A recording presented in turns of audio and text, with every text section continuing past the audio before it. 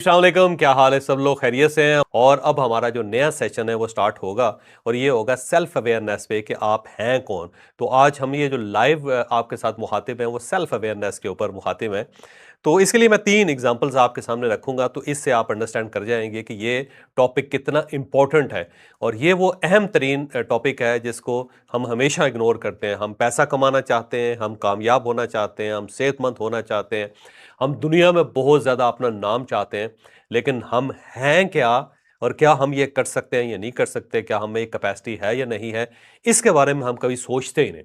और यही वजह है जिसकी वजह से हम सब बीमार भी हैं, जिसकी वजह से हमारी ग्रोथ नहीं है, जिसकी वजह से हमारे क्राइसिस हैं, जिसकी वजह से हम एक दूसरे के साथ लड़ते रहते हैं।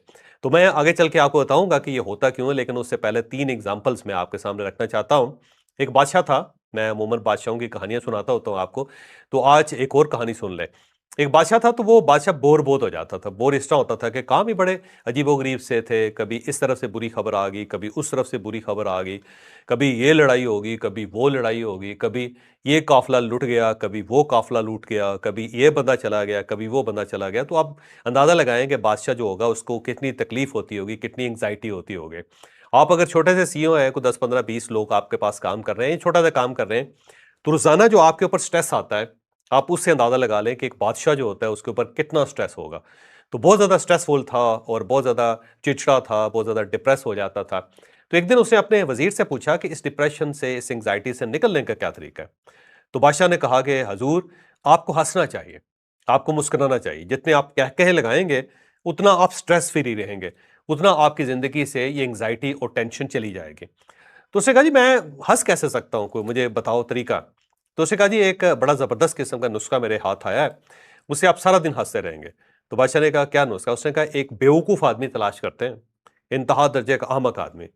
जब वो आपके दरबार में बैठा होगा और वो अजीबो गरीब सी हरकतें करेगा, अजीबो गरीब सी बात करेगा, तो फिर डेफिनेटली उसको देख के आपकी हंसी निकल जाएगी। एक तो हम बंदा ऐसा तलाश करेंगे जिसका डेल डोल ऐसा हो कि बिल्कुल फुटबॉल टाइप बंदा लगे, मोटा मोटा मुंह हो, छोटी सी गर्दन हो, टेढ़ निकला हो, बिल्कुल वो डॉल की तरह, या ऐसे जब बटावे से नहीं होते इस टाइप का हो।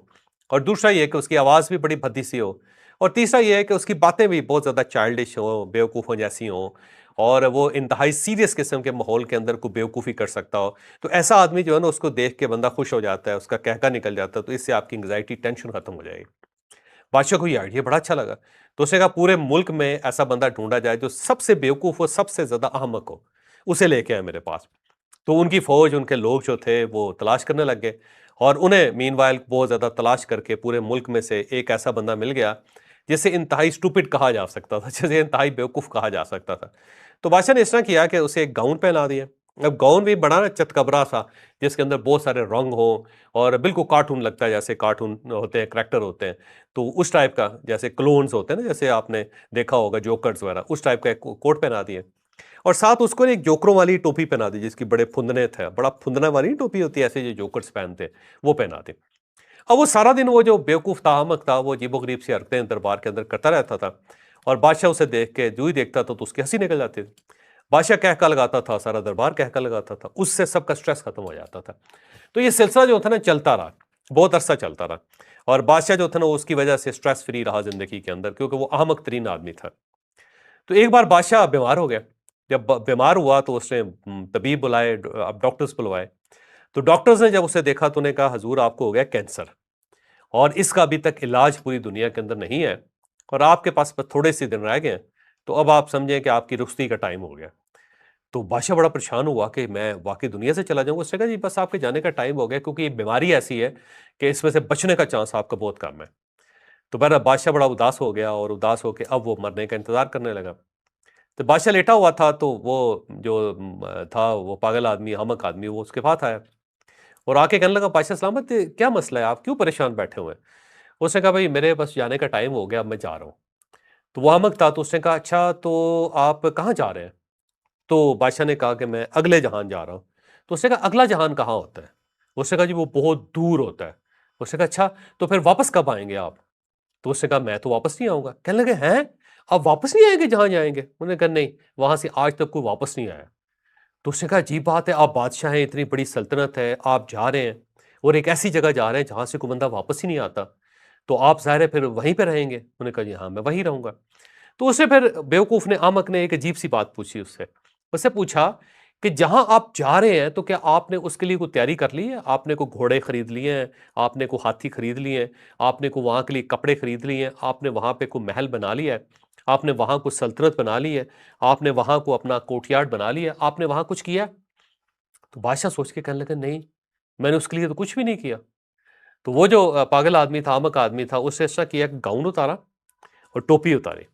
टोपी उतार के बादशाह के सर पे रखी और गाउन उसे कहा, जी आप ये पहन लें, क्योंकि फिर अहमक मैं नहीं हूं, अहमक फिर आप है, बेवकूफ मैं नहीं हूं, बेवकूफ आप है, कि जहां पे आपने जाना था, जहां आपने मुस्तकिल रहना है, उसके लिए आपने तैयारी कोई नहीं की। अब जब बादशाह ने ये सुना तो वो उसको हैरत से देखने लगा।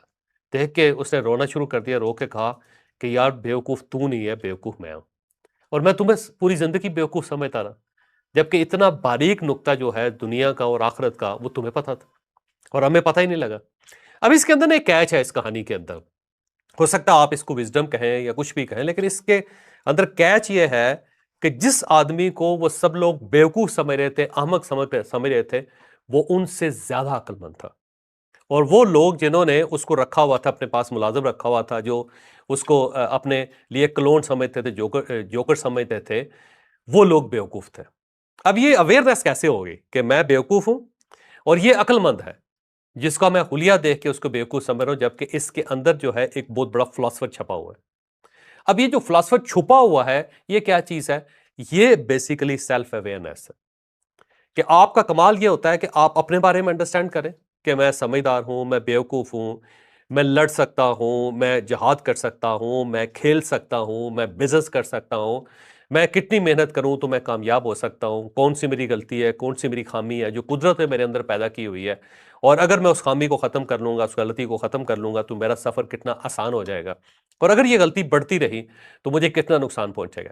इसको कहते हैं अवेयरनेस। ये एक स्टेप होता है इसका। इसका अगला स्टेप ये होता है कि जो साथी आपके पास हैं, जो आपके फैमिली मेंबर्स हैं, जो आपके दोस्त हैं, जो आपकी फैमिली के लोग हैं, आप उनके बारे में भी जानते हैं। आपको ये पता हो कि अकाउंटेंट कौन सा है, आपको पता हो कि फ्रंट डेस्क पे किसको बैठाना है, आपको पता हो कि लेन देन करने के लिए, हिसाब करने के लिए कौन सा बंदा चाहिए, आपको पता होना चाहिए कि जो सेल्स के लोग हैं वो क्यों नहीं परफॉर्म कर पा रहे, क्योंकि उनके अंदर वो मेन इंग्रेडिएंट ही नहीं है जो सेल्समैन को सेल्समैन बनाता है। तो अब ये दूसरा स्टेप ये है कि आप अपने एनवायरनमेंट के बारे में समझ जाएं, जान जाएं। और इसका थर्ड स्टेप ये होता है कि आप जान के उन सब लोगों को ट्रेन कर लें। आपको पता हो कि ड्राइवर जो है उसकी कितनी ट्रेनिंग चाहिए, और जो अकाउंटेंट है उसको किस किस्म की ट्रेनिंग चाहिए, और जो सेल्स के लोग हैं उन्हें क्या करना चाहिए, और जो आपकी बेगम साहब हैं उनको कैसे एजुकेट करना चाहिए। ये उसका थर्ड स्टेप है, और इसको कहते हैं सेल्फ अवेयरनेस। अपने बारे में जानें, अपने दाएं बाएं मौजूद लोगों के बारे में जानें, और उनकी ट्रेनिंग करवाएं, और आपको पता हो कि किस हद तक उनकी ट्रेनिंग होनी चाहिए, कहां से ट्रेनिंग होनी चाहिए, जिससे वो बेहतर या बेटर परफॉर्म कर सकते हैं। तो इसको कहते हैं सेल्फ अवेयरनेस। अब एक और वाकया सुनिए। एक ना अकाब था, जो अकाब होता है ना, शाहीन। तो उसका अंडा, एक मरतबा उसने अंडा दिया, तो वो हवा आई, आंधी आई, और वो अंडा ऊपर से गिर गया। अब वो, क्योंकि अकाब जो होते हैं ना बड़ी बुलंदी पे होते हैं, वो बुलंदी पे अंडे देते हैं, तो वो गिर गया, और नीचे जो था ना वो मुर्गियों का डरबा था बिल्कुल, और जो था, जो अंडा था वो गिरा, और नीचे जाहिर है वहां पे ये भूसा पड़ा हुआ था, तो वो टूटा नहीं। अब टूटा नहीं तो वो ऐसे ही चलता चलता रिड़ता हुआ, जिसे कहते हैं ना, खिसकता हुआ, रोल करता हुआ, वो मुर्गियों के डरबे में चला गया। अब वहां पे मुर्गियां जो थी वो अंडों पे बैठी हुई थी। अब अंडा वहां पे चला गया, तो उन्होंने समझा कि शायद ये भी हमारा ही अंडा है, उन्होंने उसको खींच के अपने नीचे उसको भी रख लिया। अब जो मुर्गियों की हीट से वो अकाब का बच्चा पैदा हो गया। वो पैदा हुआ तो दाएं बाएं जो थे वो सारे मुर्गियों के बच्चे थे। अब अकाब का बच्चा जो था मुर्गियों के बच्चों के साथ पलना शुरू हुआ, और वो पलने लगा, वो और वही दाना खाता था, उसी तरह चू चू करता था जैसे मुर्गियों के बच्चे करते हैं, वो सेम उसी तरह उनका बिहेवियर था उसका, जिस तरह मुर्गियों के बच्चों का होता है। तो एक बार एक बंदा वहां से गुजरा, तो उसने आइडेंटिफाई कर लिया कि ये मुर्गियां हैं और ये अकाब का बच्चा है, शाहीन का बच्चा है, फाल्कन है, ये वो नहीं है। लेकिन साथ उसने देखा कि अजीब सी सूरत हाल है, ये बिल्कुल उसी तरह बिहेव कर रहा है जैसा मुर्गियां कर रही हैं, क्योंकि उसकी वजह यह है कि पैदा ही मुर्गियों के अंदर हुआ था, उसके जो रेज हुआ था वो मुर्गी के बच्चों के साथ हुआ था, तो वो अपने आप को मुर्गी समझ रहा था, और मुर्गी की तरह आवाज भी निकालता था, उसी तरह दाना खाता था, गोश्त खाता नहीं था, क्योंकि काब तो गोश्त भी खाता है। तो वो सूरत हाल बड़ी अजीबोगरीब सी। तो अब वो बंदा जो था वो चाह रहा था कि इसको बताया जाए किसी तरीके से कि भाई तू अकाब है, तू फाल्कन है, तू मुर्गी का बच्चा नहीं है। तो उसने मुख्तलिफ टोटके इस्तेमाल किए, लेकिन कामयाब नहीं हो सका। तो फिर एक दिन इस तरह किया कि उसने उसे उठाया और उठा के पहाड़ पे ले गया। पहाड़ पे जाके उसने उसको हवा में फेंक दिया ऐसे। जब हवा में फेंका तो पहले वो बिल्कुल मुर्गी की तरह ना, जिस तरह गेंद आती है ना नीचे, इस तरह आने शुरू हो गए। क्योंकि मुर्गियों को जब आप बुलंदी से फेंकते हैं तो उनके परों के अंदर इतनी जान नहीं होती कि उड़ सकें, तो वो ऐसे इकट्ठी से होती हैं और उसके बाद नीचे पत्थर की तरह गिरना शुरू हो जाती है। तो वो अकाब का बच्चा जो था वो पत्थर की तरह नीचे गिरने लगा। अब गिरते गिरते जब आधा सफर हुआ तो अचानक उसके अंदर उसकी जिबिल्लत जागी। अब जिबिल्लत जागी तो उसके बाद फिर उसने ऐसे ऐसे पर जो ना अपने हिलाने शुरू कर दिए। थोड़ी देर बाद वो बाकायदा उड़ना शुरू हो गया और जो ही उसने उड़ना शुरू किया तो उसके अंदर से अकाब वाली आवाज भी आई। फिर उसने वही अकाब की जो एक खास किस्म की चीख होती है ना, बड़ी खौफनाक किस्म की, जो दिल में खौफ पैदा कर देती है तमाम परिंदों के, वो उसके मुंह से निकल गए। और उसके बाद फिर उसने उड़ना शुरू कर दिया। जब उड़ता गया उड़ता गया उड़ता गया तो उसके बाद वो चट्टान के ऊपर उतरा और जहां पे अकाब बैठे तो उनके अंदर शामिल हो गया।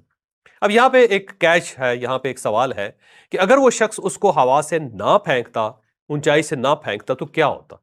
वो जो अकाब का बच्चा था पूरी जिंदगी अपने आप को मुर्गी समझता रहता। अब जो हमारे अंदर टैलेंट होता है ना, कुदरत ने बिल्कुल इसी तरह हम इंसानों को 16 मुख्तलिफ कैटेगरीज में पैदा किया हुआ है। हम में से कुछ मुर्गियां होती हैं, कुछ बिल्लियां होती हैं, कुछ कुत्ते होते हैं, कुछ हम में से भेड़िए होते हैं, कुछ हम में से शेर होते हैं, मुख्तलिफ जानवर। मैं जानवरों की मिसालें दे रहा हूँ आपको, मुख्तलिफ परिंदों की मिसालें भी दी जा सकती हैं। अब ये जो जिबिल्लत है ना, उसके अंदर कुदरत ने हमें पैदा किया हुआ 16 टाइप होती है, हमारी 16 टाइप होती है। इन 16 टाइप में हमें पैदा किया होता है। अब होता क्या है कि हम एक गलत काम कर रहे होते हैं। मतलब फर्ज करें कि आप अकाब हैं और गलती से आप मुर्गियों के डरबे में पैदा हो गए, तो आप मुर्गियों की तरह बिहेव करते रहेंगे और उस वक्त तक करते रहेंगे जब तक कोई हादसा नहीं होता और कोई आपको उठा के ऊंचाई से हवा में नहीं फेंकता। और जब फेंकता तो अचानक आपको यह महसूस होता है कि मैं तो गलत जगह पे था, मैं तो गलत काम कर रहा था और उसी काम को मैं ठीक समझता रहा पूरी जिंदगी और मैंने अपनी आधी जिंदगी जाया कर दी। तो ये जो होता है ना कि मैं क्या हूं, ये इसको कहते हैं सेल्फ अवेयरनेस। और अगर ये आपको खुद सेल्फ अवेयरनेस हो जाए, खुद आ जाए आपको, तो ये तो बड़ा कमाल होता है। फिर तो अल्लाह ताला का बड़ा रहम और करम होता है। और अगर आपको खुद ना आए तो फिर हादसे, वाकयात, दूसरे लोग जो है वो आपको मजबूर करते हैं, कुदरत आपको मजबूर कर देती है कि आपको धक्का दिया जाए और उस धक्के के अंदर आप फिर अंडरस्टैंड कर जाए, सीख जाए और उसके बाद आप वेल अवेयर्ड हो जाए, या आपको पता चल जाए कि आप उकाब हैं, आप जानवर नहीं है, आप मुर्गी नहीं है। अच्छा, सेम इसी तरह एक और इसी टाइप का वाकया था कि एक भेड़ों के अंदर एक बंदे ने देखा कि एक शेर का बच्चा है, जिस तरह भेड़ें दौड़ रही हैं वो भी उनके साथ ही दौड़ रहा है, उसी तरह मैं कर रहा है, उसी तरह दूध पी रहा है वो भेड़ों का। क्योंकि वो भी इसी तरह हुआ था कि वो भेड़ों के अंदर पैदा हो गया, वो छोटा बच्चा था, उसकी माँ कहीं मर गई, शेरनी जो थे, और वो ऐसे गिरता पड़ता वहां पहुंच गया। तो भेड़ों के बच्चों के साथ उसने पलना शुरू कर दिया, भेड़ें जो थी उसको दूध पिलाती रही। तो आहिस्ता आहिस्ता वो दूध का आदी हो गया और उसने गोश्त खाना और खून पीना बंद कर दिया। वो था ही नहीं, उसको पता ही नहीं था कि खून का जायका क्या होता है और गोश्त का जायका क्या होता है, क्योंकि भेड़ों के साथ पलता रहा था। तो उसके साथ भी इसी तरह किया। उस बंदे ने उसे देखा कि यार ये तो शेर का बच्चा है और अब ये बड़ा मसला है, तो इसको कैसे बताया जाए कि तू शेर का बच्चा है। तो उसने उसको पकड़ के बांध दिया एक जगह पे और उसके सामने जो गोश्त का टुकड़ा रख दिया। अब वो खा ही नहीं रहा था क्योंकि उसने तो कभी देखा ही नहीं था गोश्त, उसे पता ही नहीं था गोश्त क्या होता है। जब वो भूख से मरने लगा तो अचानक उसने फिर उसको चक मारा, गोश्त को जो ही चक मारा तो उसको जायका अच्छा लगा, जायका अच्छा लगा तो पूरा वो खा गया उसको। जब खा गया तो उसके बाद उस बंदे ने उसको खोल दिया। जब खोल दिया तो उसने उन्हीं भेड़ों को खाना शुरू कर दिया जिनके दरमियान वो पला था, जिनको अपनी माँ समझ रहा था, जिनको अपना भाई या बहन समझ रहा था वो। अब ये कैसे हुआ? इस तरह हुआ कि वो जो गोश्त का टुकड़ा था उसने उसके अंदर से जिबिल्लत उसकी जगा दी और जो जिबिल्लत जागी तो उसके अंदर का शेर जाग गया। अब ये देखें कि हम ना, बहुत सारे हम में से लोग होते हैं जो भेड़ों के साथ जिंदगी गुजार रहे होते हैं लेकिन होते शेर हैं और उनको पूरी जिंदगी पता ही नहीं चलता कि मैं शेर हूं, मैं गोश्तखोर हूं, मैंने दूध के ऊपर नहीं पलना, मैंने चारा, ये जो चारा होता है वो नहीं खाना मैंने, ये क्योंकि मैं सब्जी खोर हूं ही नहीं। तो इस चीज का पता उसको बड़ी मुश्किल से लगता है।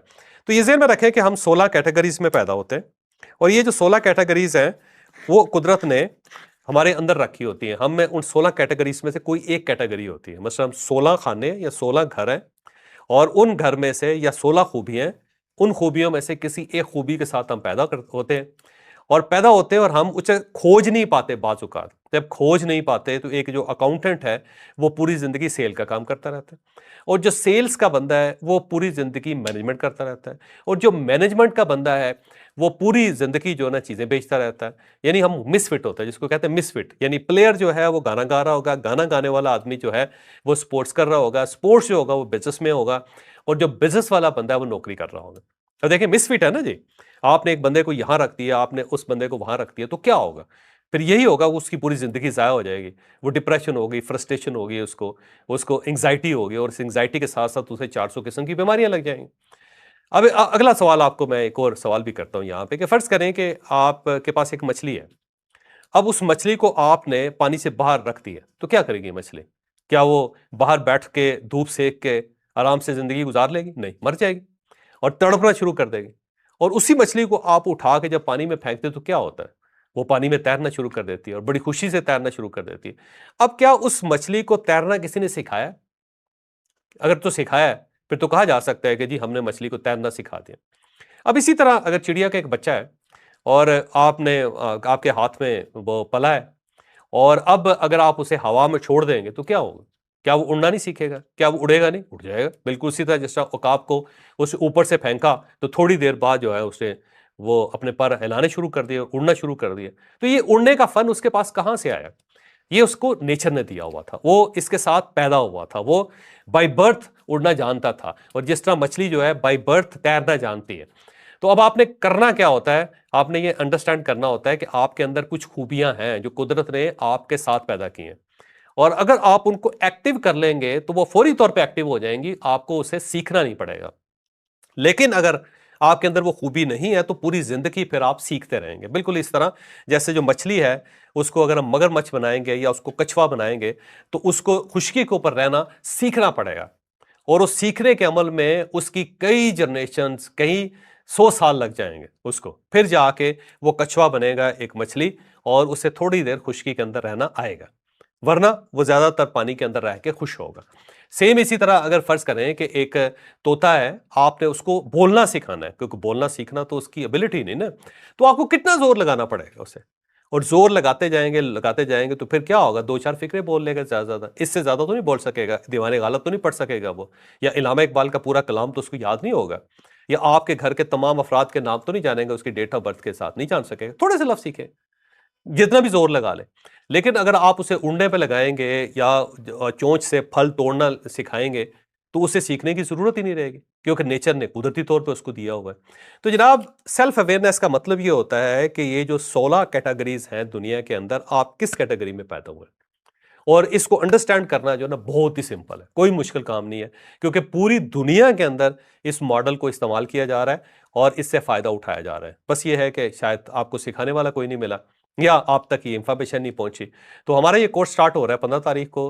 आपकी नंबर पे ऐसे आपकी स्क्रीन पे नंबर आएगा, इस स्क्रीन पे आप रब्ता करें। और हमारा जो 5वां जो ये सेशन है, जो पूरे महीने का होगा, उसका हिस्सा बने, क्योंकि 24 महीनों का एक कोर्स है, जिसमें से एक एक टॉपिक पूरा पूरा महीना लिया जाता है। इससे पहले 4 महीने हम पूरे कर चुके हैं, तो 5वां महीना है जो सेल्फ अवेयरनेस पे है। जब आप जान जाएंगे अपने बारे में, तो आपके लिए ज़िंदगी आसान हो जाएगी, आपके लिए ज़िंदगी को बरतना और उसमें कामयाब होना आसान हो जाएगा। तो मैं कहता हूं कि जी आप अगर 10 मिनट इस फन को दे दें जो हम आपको सिखाएंगे, तो आपको फौरन पता चल जाएगा कि आप कामयाब अपनी फील्ड में होंगे या आप कामयाब नहीं होंगे। इसलिए कामयाब नहीं होंगे कि आप गलत फील्ड में, और अगर आप दुरुस्त फील्ड में आ जाएंगे तो 10 मिनट लगेंगे आपको अपने बारे में जानने में, और अपनी गलतियों का उसको एवेल्युएशन करने में, और अपनी खामियों को ख़त्म करने में। मसला आपका कोई नहीं होगा, बहुत सिंपल है।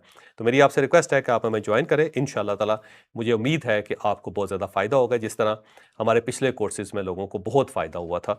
और दोबारा नंबर आपकी स्क्रीन पे आ रहा है, फ़ौरन आप रब्ता करें हमारी टीम से।